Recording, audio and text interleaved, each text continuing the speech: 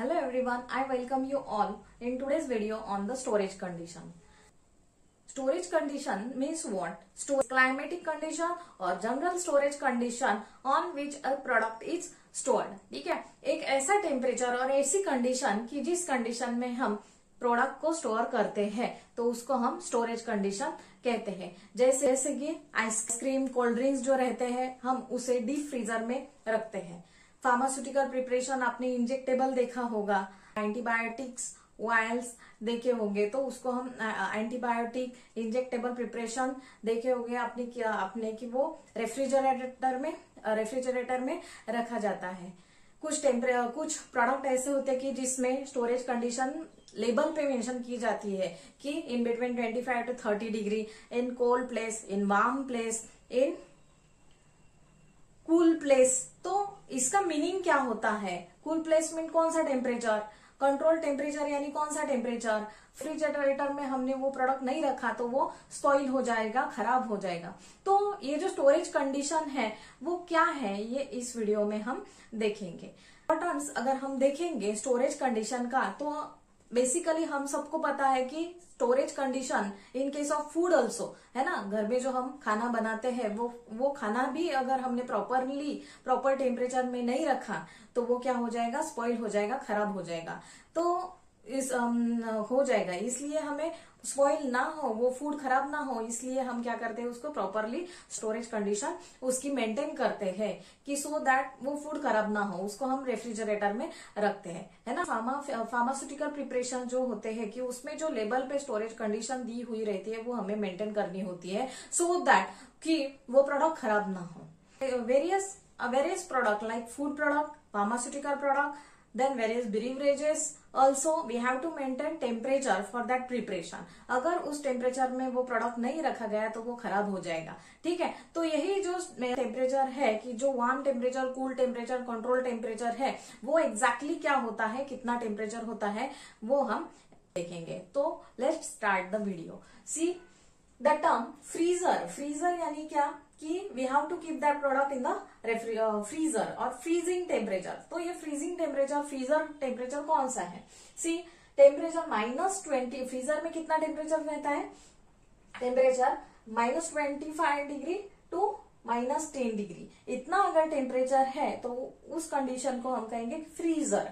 ठीक है, according to United States of pharmacopoeia में जो फ्रीजर कंडीशन है वो कितनी है? -25 degree to -10 degree. Then India के फार्माकोपिया के अकॉर्डिंग जो फ्रीजर टेम्परेचर है वो है -2 टू -18 डिग्री। ठीक है, according to IP -2 to -18 degree.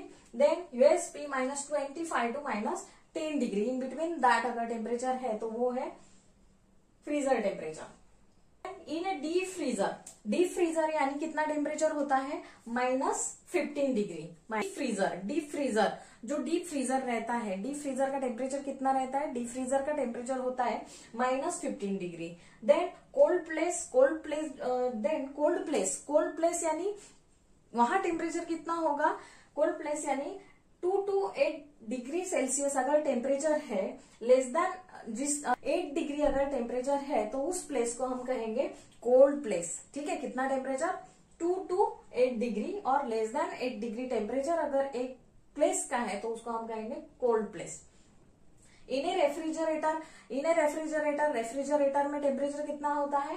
2 to 8 degree Celsius. 2 to 8 degree Celsius temperature है तो वो रेफ्रिजरेटर। ठीक है, कोल्ड प्लेस का temperature less than 8 degree Celsius, refrigerator का टेम्परेचर 2 to 8 डिग्री सेल्सियस यानी ये मेंटेन किया जाता है।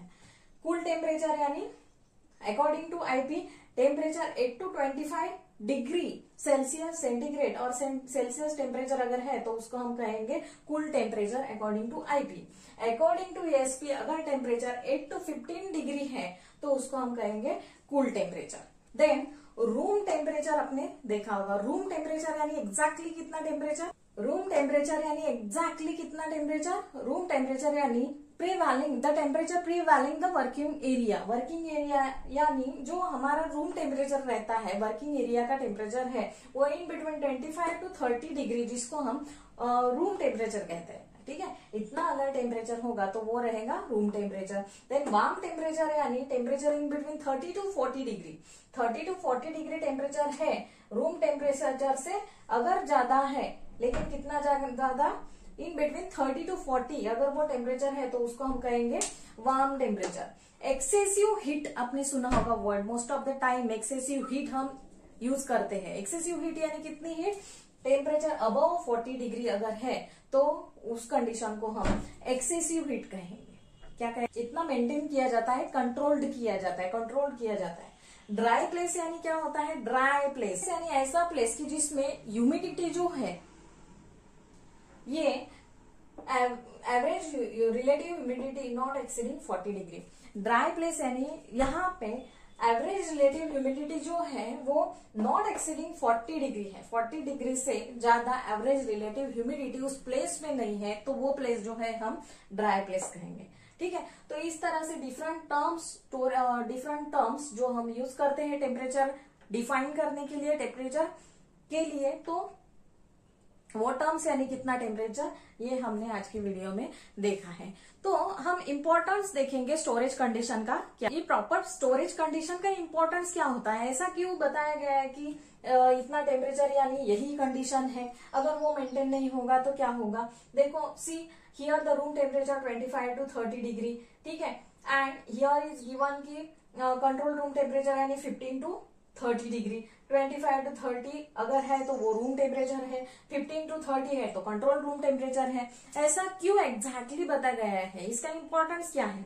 इस टेम्परेचर, ये जो टेम्परेचर है हर एक प्रोडक्ट में, जो फार्मास्यूटिकल प्रोडक्ट्स रहते हैं उसमें ये टेम्परेचर मेंशन किया जाता है कि कौन सा प्रोडक्ट है, जो भी प्रोडक्ट है उसके लेबल पे मेंशन किया जाता है कि वो कहाँ स्टोर करना है, स्टोरेज कंडीशन। ठीक है, तो इस तरह से वो स्टोरेज कंडीशन मेंटेन करनी है। अगर नहीं मेंटेन की तो उसके ड्रॉबैक्स क्या रहेंगे, क्या होगा उसके, are important to ensure the identity, strength, quality and purity of the product are not affected. Storing properly pharmaceutical product prevents spoilage, bacterial contamination, bacterial growth up to its shelf life and expiry date.